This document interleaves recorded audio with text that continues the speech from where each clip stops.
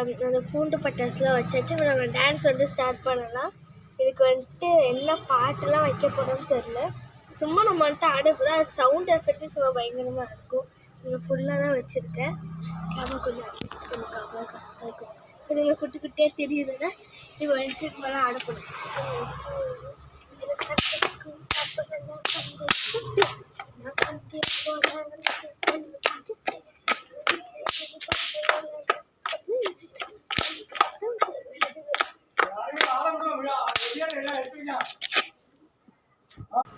And இப்போ வந்து பார்த்துருப்பீங்க மிக்ஸி காலம் செம்ம மாதிரி வலிக்குது.